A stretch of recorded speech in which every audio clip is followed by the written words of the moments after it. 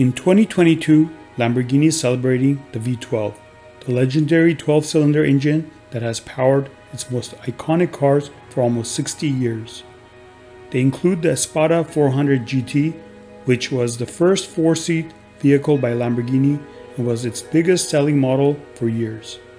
Encapsulating an exceptional approach to technical innovation thanks to the front-mounted 4-liter Lamborghini V12 engine, it was always an extremely fast Grand Tourer despite the step up in size. The pure V12 combustion engine in its final form will go out of production before the end of 2022, when the last Aventador Ultimae is made. From next year, the continuation to the Aventador will be fitted with a new plug-in hybrid version of the V12 engine.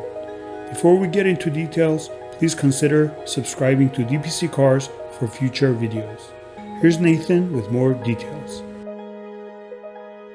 Ever since the start of his venture into automobile manufacturing, company founder Ferruccio Lamborghini stated his objective very clearly. He wanted to make the best Grand Tourer around, a sports car that was not only fast but also comfortable and luxuriously finished. Presented at the Geneva Motor Show in March 1968, the Espada 400 GT perfectly embodied this idea for over a decade. The Espada could comfortably seat 4 adults and had more space for both luggage and passengers than the 400 GT 2+2, its predecessor, and the Islero 400 GT 2+2. In addition, the Espada featured truly outstanding finishing, with generous amounts of leather and other refined materials, as well as the option of fitting air conditioning.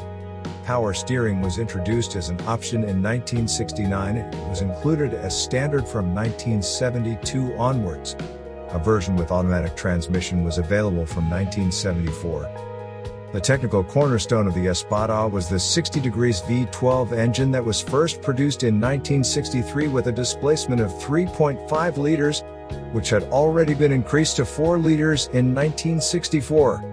It is a remarkable example of engine development technologies, and it was capable of delivering 325 horsepower at 7,200 RPM when it was first fitted in the Espada. This increased to 350 horsepower at 7,500 RPM in the Espada Series 2, which was presented in 1970. Fed by 6 Weber 40 DC OE side draft carburetors, the V12 had a compression ratio of 9.5 to 1, which increased to 10.7 to 1 from the Series 2 onwards, and 2 chain-driven overhead camshafts per bank. It weighed just 232 kilograms thanks to substantial use of aluminum to make not only the cylinder head but also the crankcase and the pistons.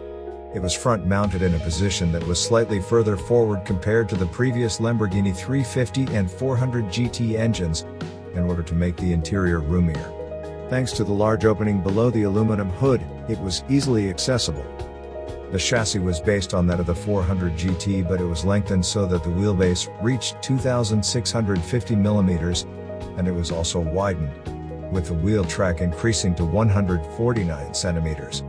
It had 4-wheel independent suspension, with double wishbones and coil springs. In November 1968, an Espada Lancamat with hydropneumatic suspension went on display at the Turin Motor Show. The system was made available on demand, but in the end it was chosen by very few owners.